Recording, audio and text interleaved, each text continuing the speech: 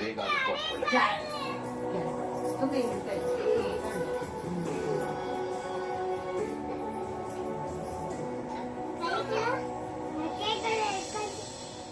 ಅಪ್ಪಣ್ಣ ಅಪ್ಪಣ್ಣ ಏನಾಯ್ತು ಆನಂದ್? ಖುಷಿಯಾಗಿದ್ಯಾ? ಹಾಸ್ಪಿಟಲ್ ಏನಾದ್ರು ನ್ಯೂಸ್ ಬಂತಾ? ಹೌಚಿನ ಫೋನ್ ಮಾಡಿದ್ದ, ಮಲ್ಲಿಗೆ ಪ್ರಜ್ಞೆ ಬಂತಂತೆ.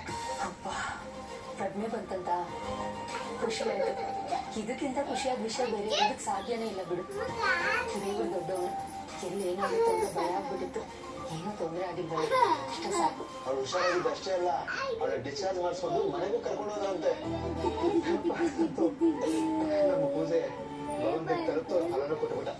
ನಮ್ ಪ್ರಾರ್ಥನೆ ಅನ್ನೋದಕ್ಕಿಂತ ಗೌತಮ್ ಮಾಡಿರೋ ದಾನ ಧರ್ಮದ ಫಲ ಅಂದ್ರೂ ತಪ್ಪಿಲ್ಲ ಅನ್ನೋ.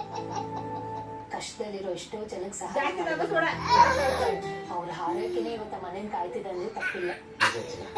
ಒಳ್ಳೆ ತರಾನೇ ಆ ಮನೆಗೆ ಪುಣ್ಯನೇ ದೊಡ್ಡ ಸಾಮ್ರಾಜ್ಯನ ಕಾಪಾಡ್ಕೊಂಡ್ ಬಂದ್ರು.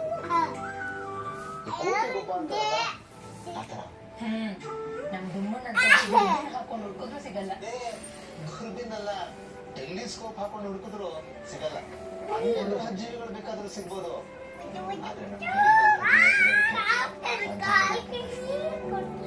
ಒಂದೊಂದ್ಸತಿ ನಾನು ನೋಡ್ತಿದ್ರೆ ಅಪ್ಪಿತಪ್ಪು ಭೂಮಿ ಅನ್ಸುತ್ತೆ. ನಾನ್ ಬೇಕಾದ್ರೆ ನೋವು ತಿಂತಾನೆ, ಅಪ್ಪಿತಪ್ಪಿನ ಬೇರೆ ನೋವು ಅದೊಂದು ಜೀವನೂ ಇಲ್ಲ. ಅವನು ತೂಕನೇ ಬೇರೆ ಚಿನ್ನ. ದೇವರು ಕಾಪಿ ಅಲ್ಲ, colour print East one colour. ಇನ್ನ ನೋಡ್ತಿದ್ರೆ ಒಂದೊಂದ್ಸತಿ ನನಗೆ ನೆನಪಾಗ್ಬಿಡುತ್ತೆ. ಆ ಫಿಲಮ್ ಅಣ್ಣವ್ರ ಹಂಗೇನೆ ನಾನು ತಗೊಂಡು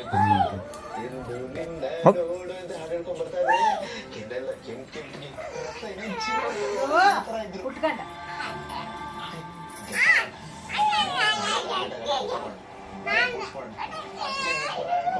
ಬಿಟ್ಬಿಡೋಣ. ಎಂದು ನಿನ್ನ ಸೇರು